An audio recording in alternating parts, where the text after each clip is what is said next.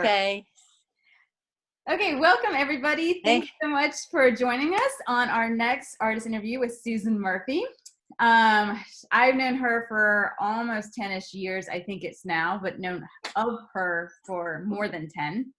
And we always just start off these artist interviews with just a general background about you telling us how you got started, even just a little bit about your childhood too, like what were you into growing up and what pathway led you to what you do today. Okay. So I was a tomboy. I really resonated with Elsie and Serenity when they said they got into circus from climbing trees. So I felt actually very, very akin to that experience. I grew up in a small town, Jessup, Georgia, where there were a lot of trees. And I just loved, that's what we did. We ran around and we played and we did monkey bars. I did take ballet and I took tap, but I did not continue either of those. I did continue climbing trees and monkey bars though. And then when I got to Atlanta, I met a woman who was doing some very innovative modern dance with beginners. Leslie Morris. She was an adjunct teacher at Emory University. So she loved working with beginners, and that was who I was, a beginner in dance. So because of her creativity and brilliance at working with beginners, I decided I was a dancer. And then I went to Mills College, and back then, which was 78, it was very easy to get in to a dance master's dance program. I didn't have any ballet, I didn't have modern dance, but they let me be in the program. The master's program? The master's program, okay. At Mills College. Good job. Without anything, with a BA in American Studies. Okay. So the entrance criteria was much looser than it is today. Hey. So I went into that program, and as you can imagine, I was slightly miserable because once I got in and realized that you actually needed technique to be a modern dancer, not just have a love of moving. I hung in there though, and I got my master's. Oh, in the meantime, I started taking low to the floor dance trapeze from Terry Sandgraf in Berkeley. So I was taking modern dance master's courses in the daytime, and at night would go across the tracks and this real funky aerial dance studio in Berkeley. And this was all the beginning of aerial dance, actually, with Terry Sandgraf. And I started taking trapeze, and that felt like, yes, I've come home again to my roots, which was my childhood of being in Jessup and being a tomboy. So I was concurrently taking trapeze dance, she called it motivity, and finishing my master's in modern dance. And they were eager to have me get out of the program. And so they let me do, for my master's thesis, a video of me dancing in 4 different trees. So I chose 4 different trees that had different personalities and different challenges, and I made a video. My friend Rob Faust made this video for me, and they said, "Go with our blessings." So How old were you then? I was 29 years old. Okay. I was 29 years old. So I dropped out of the modern dance classes, but continued, of course, the trapeze classes with Terry, who was a very inspiring teacher. She just died a few months ago, after a very long, wonderful life of teaching and mentoring. And there's several people in the aerial dance world who had her. Nancy Smith had her also as a teacher, and Joanna Highgood. So I'd moved away from California, but I continued to find people to help me rig makeshift trapezes in barns, outdoors on trees. And I just felt that was my form, that was my expressive form to continue being a dancer. However, having only taken, I moved away to New York, and I continued teaching teaching exercise classes, but on my own in barns, continued developing my own form of this art form, which was very much in its nascent stages.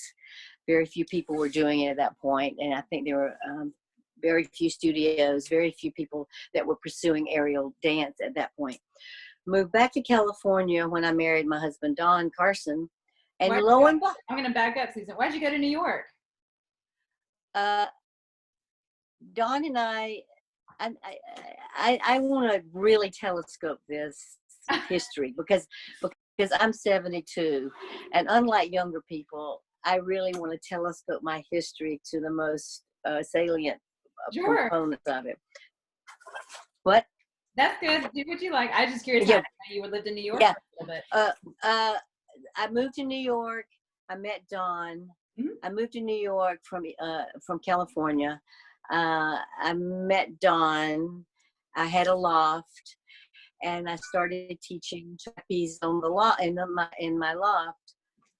But wait a minute, I had skipped a whole section. I skipped. Don, help me here. Yes, I was in California. That's where I met Serenity Smith Fortune. Okay. Who that was in 1990. That was before. That was 1990. No, that was 1990. I moved to. But you went to New York first, and then we moved to California. Yeah, so you had to meet me before we went there. Yeah, I went to New York. Yeah, I went to New York, and then I moved to California, and then I met Serenity, and I realized that I needed more technical training if I were going to really develop this art form. I had Terry as a mentor in exploring improvisation, working with witnessing and partnering, finding your own dance. But she knew about 8 tricks. She made this form up. She did not come from circus background. She came from, like I did, tomboy and gymnastics.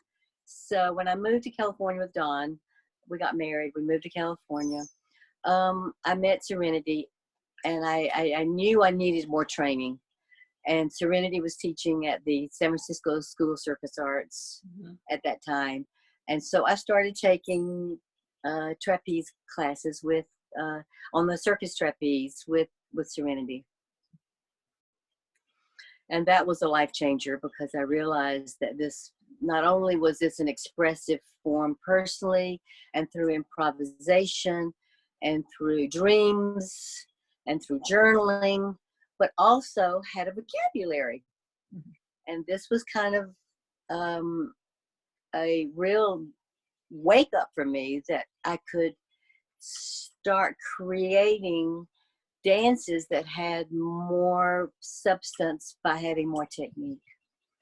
So in California, I taught a lot of kids classes, and I was happy to have that work. And I went around and taught in different places, still developing my own work with the added benefit of having Serenity's technical input.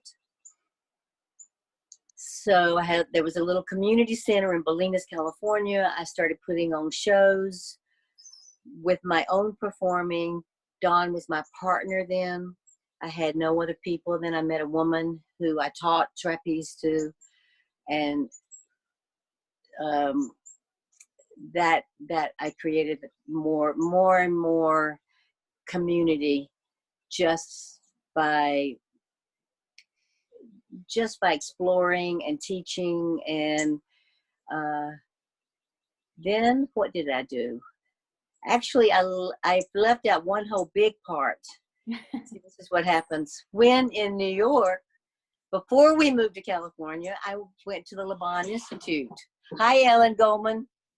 And Ellen was my advisor there.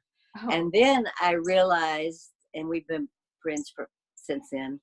Then I realized that I could combine some of the vocabulary with the trapeze work. So I did my exit thesis at the Laban Institute using trapeze and Laban movement analysis. So then we moved to California. then I met Serenity. Then we moved back to Georgia because I was asked to be guest artist. Boy, it's nice to be coming up to current time, so I don't have to keep all this so straight. Then I moved back I was asked to be a guest artist in the dance department at UGA. Okay. And I brought aerial dance to UGA. It's still there. All this, almost 20 years later, it's still there. And I started teaching community classes there in aerial dance, again, using Laban, using improvisation, using the techniques I had garnered through Serenity and a few classes I took at the Apple Circus. Big Apple Circus? Yeah, Big Apple Circus. So I found that in Athens, I had a very enthusiastic student body of young people who just loved this work, who loved being in the air, who loved the apparatus, who loved the way that I was teaching with Laban, with improvisation, with partnering and witnessing. And I was, in the meantime, building my vocabulary with Elsie. And no, I wasn't doing it anymore with them, not until Canopy. So then we built Canopy in 2000 and what, Don? 2001 and opened in 2002. 2002 we opened, and Serenity and Elsie came, and they helped us open Canopy. They did a benefit performance there, and they taught classes there. And then I went to Brattleboro, and I worked with them in the barn before they had NECA, before they had even the cotton mill, their father's barn. Mm-hmm. They helped me expand my vocabulary even more, which was wonderful because I really needed it at that point, opening up an aerial dance studio in Athens, Georgia, Canopy. And I opened that up with Nicole Mermans, who was my first business manager and helped me so much get a nonprofit. And we taught, Nicole and I taught like 4 classes a week.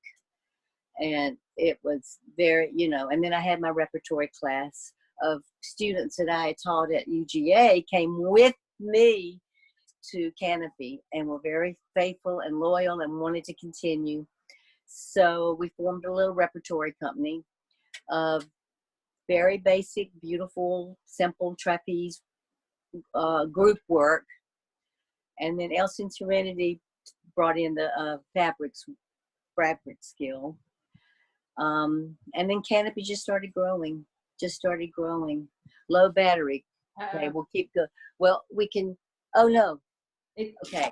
I don't know how much I have of this, but Don, she's hoping you'll get the computer going.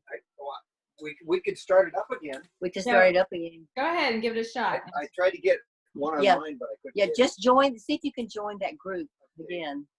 New version you've got. Okay, no, don't do that one. Just go back to the email and see if you can join on the computer.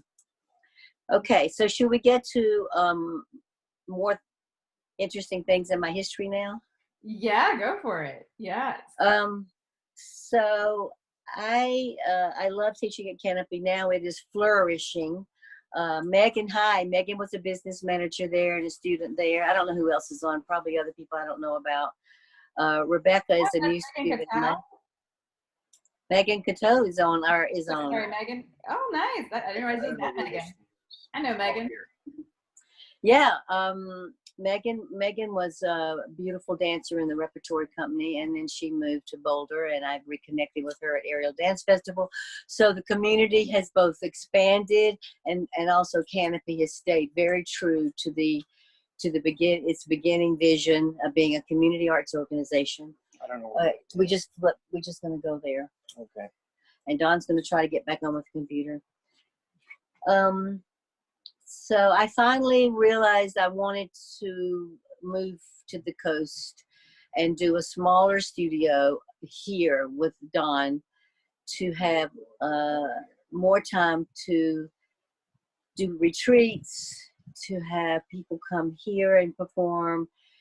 I wanted the Canopy to keep growing and moving in the direction it was going in. Melissa Robertson became the director, and she and Anne Lily Woodruff have done an amazing job of furthering the vision of Canopy through outreach.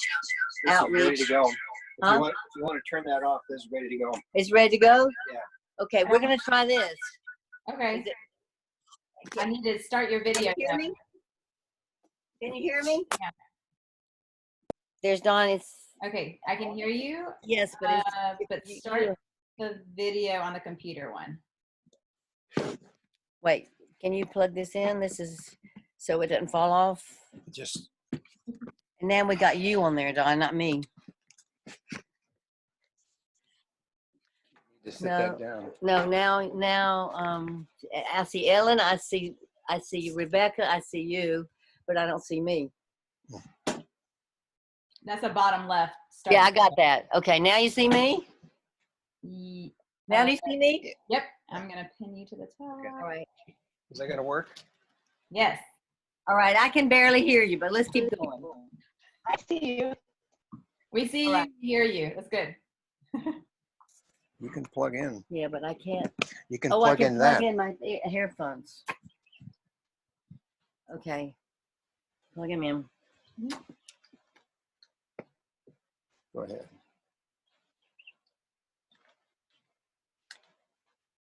Okay. Caroline? Yes. All right.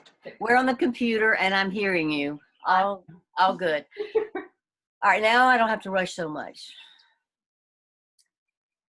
Yeah, you're good.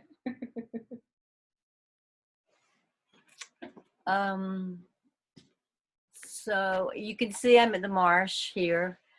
We love it here so much. We have a beautiful studio here, as all of you know. All the people I can see have been here. And this has now given me the opportunity to move into my next artistic phase with the aerial dance, which is using spoken word. And I'm loving dancing with using spoken word. I've done several performances with other people's poetry. Mary Oliver, "Oh, what is my name? Oh, what is my name? That I may offer it to this beautiful world." So I've been finding my name, and I hope other people have been finding their name, their voice, their gift in performing as they come here, and as we work together for that to happen. So I started working with Mary Oliver's poetry, and then I started writing my own poetry. And the first piece I wrote, which was for the performance with Girls on Trapeze, which toured all over. We were in Charlotte. Sure were. We're in Charlotte at, what was the name of that theater, Caroline? Booth Playhouse. The Booth Playhouse, yes. So that was a tribute to women in our lives who had influenced us and who had been mentors to us in different ways. Our mothers, our teachers, and I chose my grandmother and my great-grandmother. And I wanted to give them tribute, and also I wanted to make a piece that would reach out to a larger audience than just my personal experience and love of my grandmother and my great grandmother.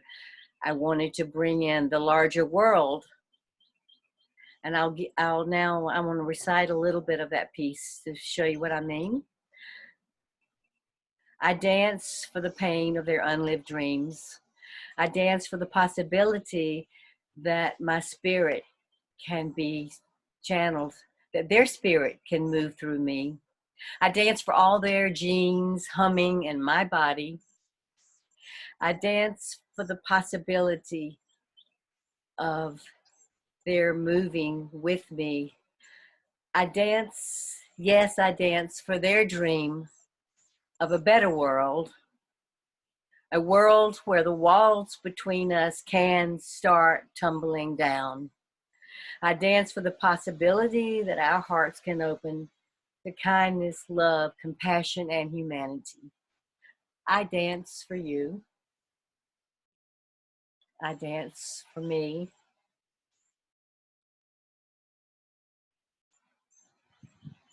I dance. So that was my realization, that to find the feelings that I wanted and also be able to still use the trapeze, that I needed to write my own words. And then I wanted to combine that with more simple movements on the trapeze, but movements that really did mirror the text of my poetry and that amplified it, and that the words would be serving the dance and the equipment was not going to be front and center. The virtuosity was not going to be the most important thing, but there was going to be a real melding of my words with my gestures and with the choices I made on the trapeze to express the words. So that was a wonderful experience, performing and traveling with Girls on Trapeze. We did that for a couple of years in different venues, and here twice, and in other places, Boston, Charlotte, Brattleboro, Knoxville, Nashville.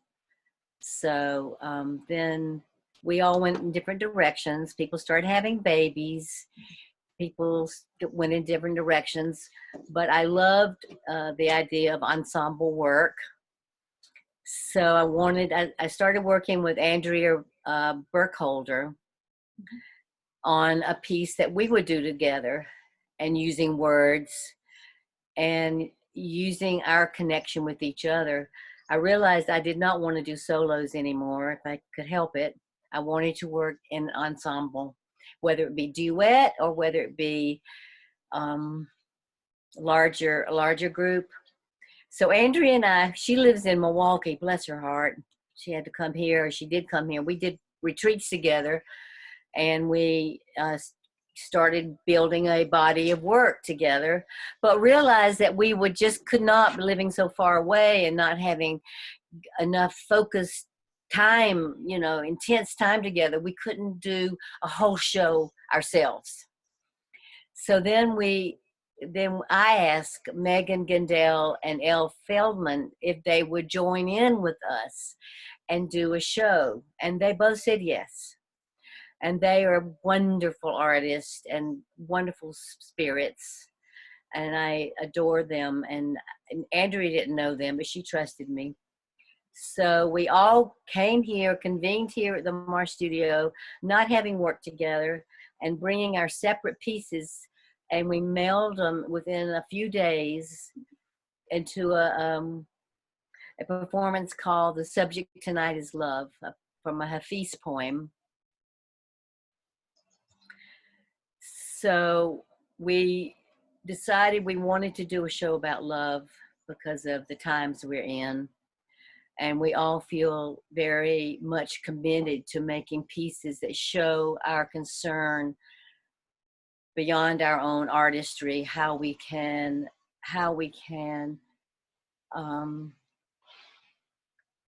make connections with what's going on in our world and be an inspiration.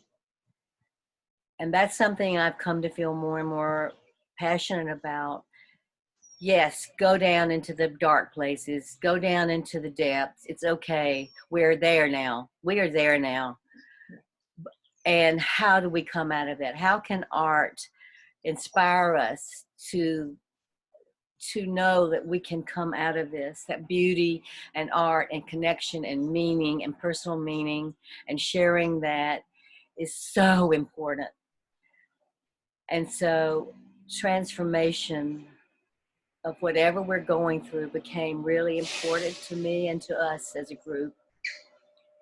So we wrestled with those issues. Not, well, when we made this piece, we didn't have coronavirus, so it was just the world in general was still not great.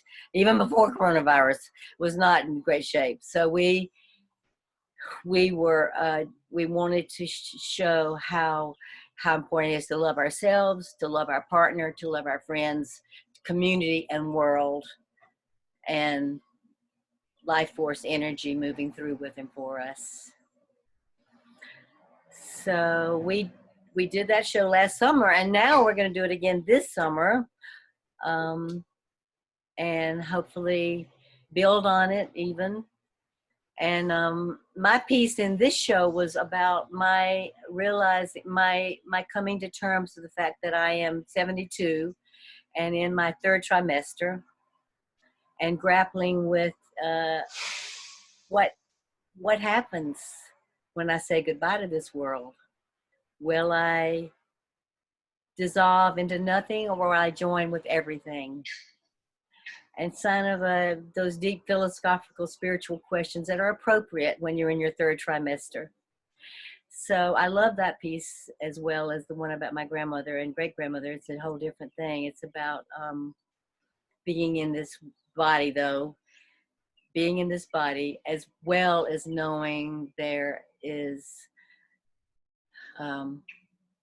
another life. I don't know what that is, but while I'm here, I hold on to what is so meaningful in this life: love, compassion, humor, connection, kindness, mercy. So I've been working with just the archetypal words, and I'm finding students like working with words, what those words, what comes out through those words in their movement and in their feelings. And that has become, I taught at NECA a few weeks ago when I did this piece actually for the New England Center for Circus Arts fundraiser. And I had people work with just words and simple gestures. And it was quite moving to see how everybody would interpret a word, in a different way. Yeah.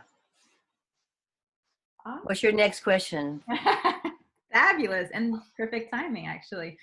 So my next question for you, I ask all my interviewees, what are some little nuggets of advice that you might have for people who are training or people who want to keep doing their art, especially performance art, and especially dance and circus arts, because our bodies change over time. And so I think it's great to have you on here that demonstrates it's different, not the same, but you keep flowing and something changes. So what nuggets of advice that you've had that someone's given you or that you could give us, either way?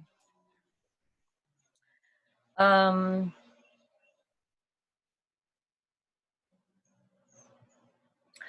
looking at this article I wrote, which I really feel has some of the expressions of what I feel about that. Saying integrity and an authenticity of self influences people and moves them. My life and teaching are becoming one in my 70s, whereas before life and occupation often diverged. And this I love is a quote from Richard Rohr from a book called Falling Upwards. It's a falling upwards, a bright sadness. Sad because I now hold the pain of the larger world, and brightness because life is somehow still very, very good. Haven't we all felt a vacuous emptiness watching the flash and dazzle of technical prowess without heart and soul, nuance and tenderness toward the self, the audience, and the apparatus? And haven't we also felt the quiet stirrings of connected tenderness when watching embodied breath and intention-filled dance? When watching embodied breath and intention-filled dance, vulnerable, often simple, nothing to prove. Jennifer Dunning said about the work of Sally Gross, who was choreographing in her 70s. Jennifer Dunning is a New York Times dance critic. She doesn't go for the big outburst of the great outburst, but perhaps of things remembered. She's not flailing about or showing too much, but you feel as if there is something burning within her, as if there is something burning within her. Authentic simplicity is complex. Authentic simplicity is complex without being complicated. What is that quality, that feeling that stays with us after the lights go down? How long can we simply move on the trapeze with integrity and presence, with that bright sadness garnered by asking over and over the questions that we have time to ask? And then I always say, I like to create from silence, from a place of stillness inside me. Now, not to say that I don't put the video on in those moments, because I think you can do both. I think you can work with a very, a quiet place of just exploring, but still have the video going, because those authentic moments can be captured even if you are doing authentic movement. I think you can combine technology actually with doing authentic movement in the quiet space of your heart and soul. Awesome, thanks. What's something that you think you could put into one more nugget that has kept you doing what you're doing?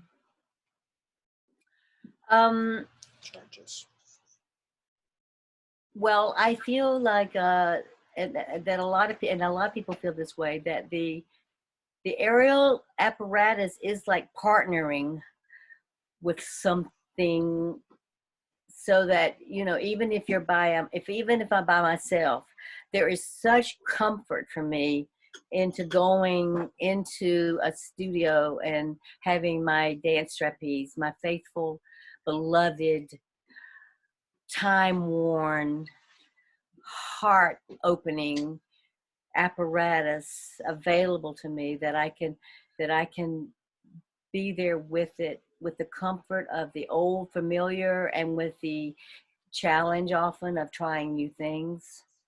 And I feel like there's something about the aerial apparatus that is very, like my 3-year-old great niece,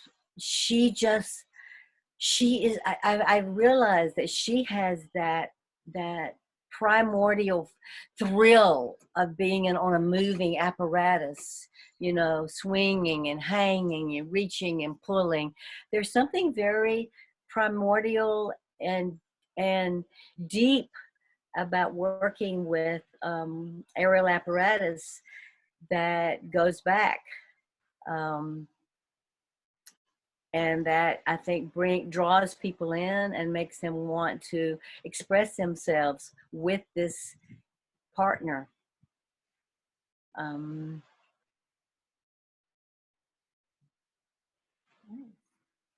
I have stayed pretty faithful, unlike a lot of younger aerial dancers. I've stayed pretty faithful to the dance trapeze. I have a pair of aerial loops, and I'm going to get back with them in this time that we have being at home. Um, and I have done bungee. I've done other things, but I've really I've really stayed pretty faithful to the dance trapeze, and I think everybody has their favorite apparatus. Do you, Caroline? I don't. I really rotate. Yeah, and to be honest, I rotate between the floor as my apparatus. yeah, yeah. Yeah, I haven't found, and I'll keep coming back like you and other people. Yeah. I don't know. Yeah. I think the next piece I want to do would be more floor and aerial apparatus.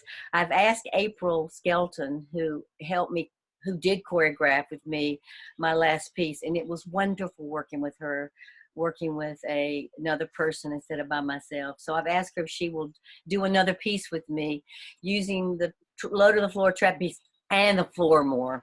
Mm-hmm. And I think this piece will be about falling and rising, falling and rising, falling and rising, because that's what we're doing now.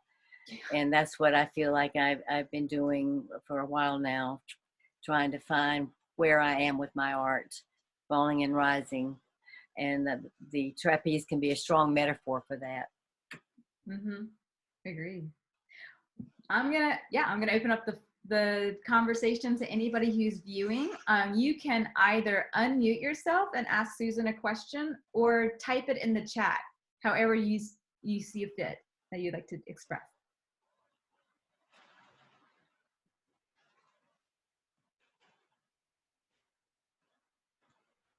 I'll ask a question. Great. Who is that? It's Megan. Hi, Megan. So I was wondering, a lot of people talk about this sort of balance between teaching and making your own art and dancing, and you seem to integrate them all so well together. And I was wondering if that's something you thought of sort of from the onset of your time as an artist, having teaching and dancing as part of your work, or has your focus on one or the other of those changed over time? Caroline? Yes. Could you rephrase that question? I could only hear parts of it. I did too. Yeah, Megan, could you say it one more time? Sorry. You got a little choppy too. Yeah, no problem. So I was just talking about how people always are trying to find this balance between teaching and between dancing and making their own art. But since I've been here, you've integrated those together so well. And so I was wondering if you kind of had that thought about it from the onset, or if you've had times in your career that you focused on one more than the other, or have you always thought about them as like an integrated whole? Teaching versus performing at the same time? Yeah.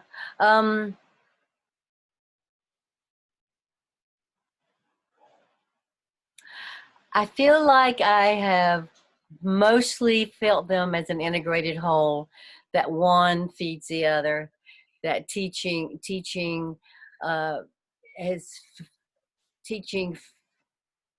and being with students who are creating work juices me up. And then when I work on pieces, it makes me feel alive when I work on choreography for myself and performance. It makes me alive as a teacher. Now I feel like I'm actually moving into wanting to focus on, believe it or not, performing at 72 years old and having retreats here, but really having retreats where people come knowing what they're getting from me, and have it be pretty much known they're going to be getting words and authentic movement and Laban, that I am now teaching what I love, and that when people come here, they are getting who it is that I have, all these parts of me that I've developed through the years, and now want to teach as a unified whole, as my conduit to making art. Awesome. So Megan is frozen. Hey Megan, am I frozen? No. Okay. Not frozen. Awesome, thanks. Deb has a question that she sent to me. She says, I think I am correct that you had a joint replacement. How Yes. did you deal with that physically and emotionally, and when your love of your craft would be at risk? Like, what were those challenges? I've had 2 joint replacements. I've had a hip replacement and a knee replacement. The knee was much more difficult. But I tell you, it changed. It was a life changer in every way. I did not have that much problem getting back into it afterwards. Both my surgeons, different surgeons, I was very careful of choosing a surgeon that knew what I did, knew that I planned in every way, even at my age, which was then in my late 60s, that I planned to go back to performing and teaching, and that I was an active person, and that I wanted to make sure that they knew that I had every intention of doing this. And both of them honored that, and both of them, neither one of them gave me any cause to doubt. And Molly Graves, I'm talking to you if you're out there, because she's looking at one hip replacement. None of them gave me any cause to doubt that I could go back to doing what I did. I was very, very dedicated, committed to doing rehab. That is so important. And they, from the get-go, they get you out of bed and they have you walking with knee and hip the day of the surgery. So I wouldn't say that physical therapists are all enlightened. You have to kind of make sure that you're getting a good physical therapist. But the surgery, post-surgery, they do know that you need to start moving and start rehabbing in a gentle way, not pushing. And I didn't push, but I was consistent and I did it every day, and I healed both very well. Yeah, you agree. Awesome. What other good questions do we have for Susan? You can unmute or chat.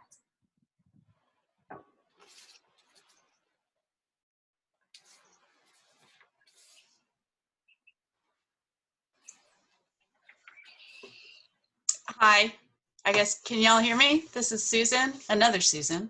Yes. Okay.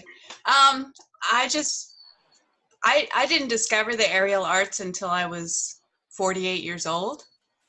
And so one thing I've struggled with is I don't, most of my teachers, let alone other students, are generally 20, 25 years younger than me. And I kind of struggle. I think I'm different in terms of the speed of progress I can make, what I can do, and I'm terrified of injury and trying to recover from injury. So I guess I just want to ask, from your perspective, is being a 50-year-old aerialist, are those valid concerns? Or should I just not worry about comparing myself to the 20-somethings that teach me and take classes with me? Good question. When did you start again? When I was 48, that was about 3 years ago. Okay. So I would say no. I would say yes, you should be careful. Absolutely. I was 28, which was still, old. Serenity and Elsie were talking about being 22, being old to be in the circus. So, it's kind of it's all over the up and down the scale of how old is too old. But I really want to applaud you for doing this. I think that aerial dance, and of course, I hope you have a good teacher, and I hope that your teacher recognizes the value of the aerial arts at any age. And actually, I think it's a more forgiving art form and dance form than certainly ballet. starting at your age. I mean, you can take a bar for sure, but are you thinking of performing? Would you like to perform, or are you doing it just for your own physical, emotional fulfillment? Well, right now that's kind of something I'm grappling with, is what do I want to get out of this? I've done just some local performances. I just like you, I think it's just a form of expression that I really enjoy. Yeah, Obviously, I'm not going to join the circus. I can't do yeah. 8 shows a week. My body's not going to put up with that. But yeah, so right now it's mainly exercise, but I do like the expressiveness of it. Well, there's certain things that there's certain skills on the trapeze that I'm just not interested in doing. Both aesthetically, I don't think they don't serve what I'm trying to say. And technically, they're hard on me. I bruise more easily. So there are plenty of things that you can do that are beautiful. Really, I'm not just saying this. I do believe in developing as much technique as possible, but there is so many lovely things you can do that are not that difficult and that are beautiful. And I think it's really only limited by your creative passion and your intention as you perform to give yourself to your audience, to just go over the top with your love of what you're doing, your desire to communicate that love and that and your inner expression to an audience. And you will inspire older women by doing that as well. And I think that's really important, because I do think this is an art form that you can take into your 60s, 70s, 80s, we'll see. But you can certainly inspire people, and you can certainly express yourself fully without having to do really complex.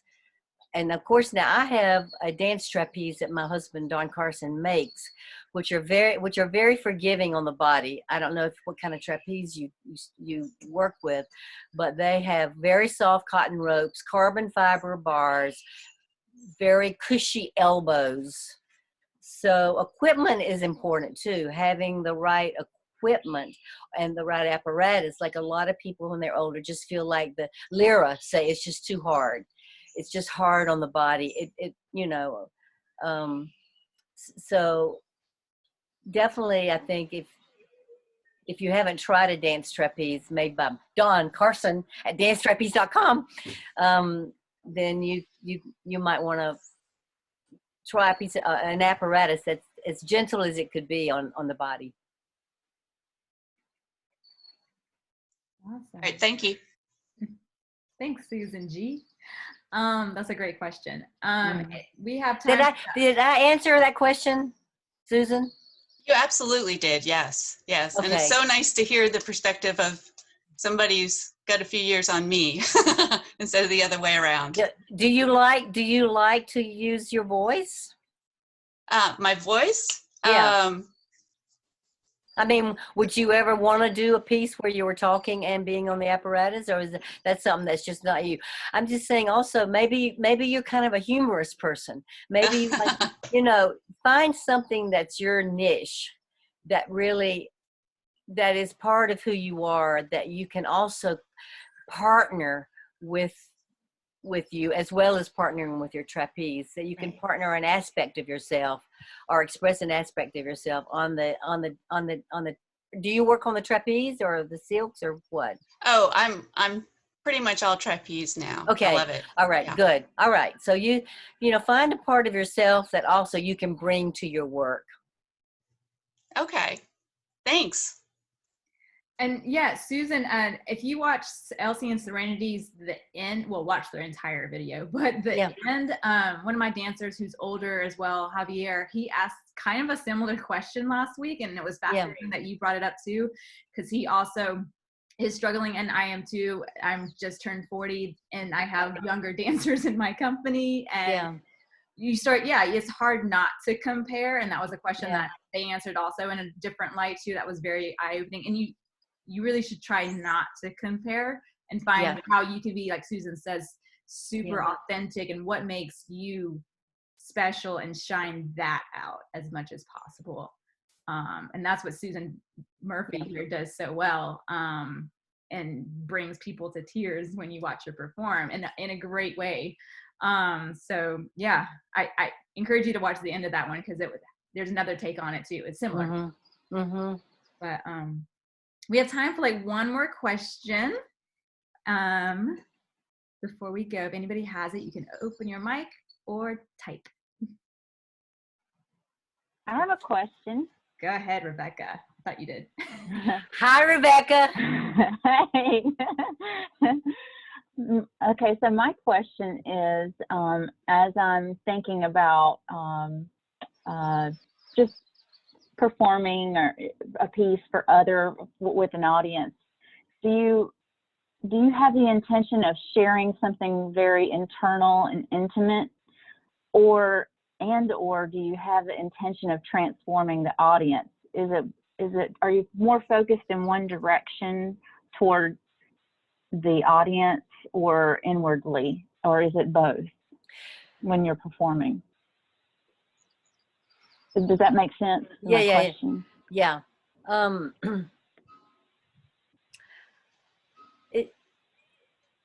You can't predict how an audience will respond. I mean, and everybody, and I like to use words because I do feel like that adds an extra possibility when I perform, that they will feel a connection with me, with what I'm trying to say, with my body, with the words partnering and amplifying and giving another way in to my intention. However, it really does have to come from an inner place. You've seen me perform, and I've seen you perform. Has to come from a place that really is truly something you feel deeply about. However, that being said, and I go back to a theme I said earlier, I feel it's important to make it bigger than just something I feel, just something that I feel. I want it to be something that has a universality to other people. As they watch me, they resonate with that. There's a circle. There's a circle between what I am saying and what they are receiving.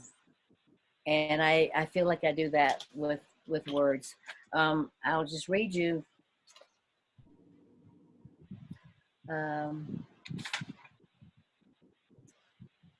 Yes, it has begun. My leaning into I know this by heart. Why am I reading this? Yes, it has begun. My leaning into the mystery, the great mystery from which I came and to which I shall return. Turning, untangling these mortal coils.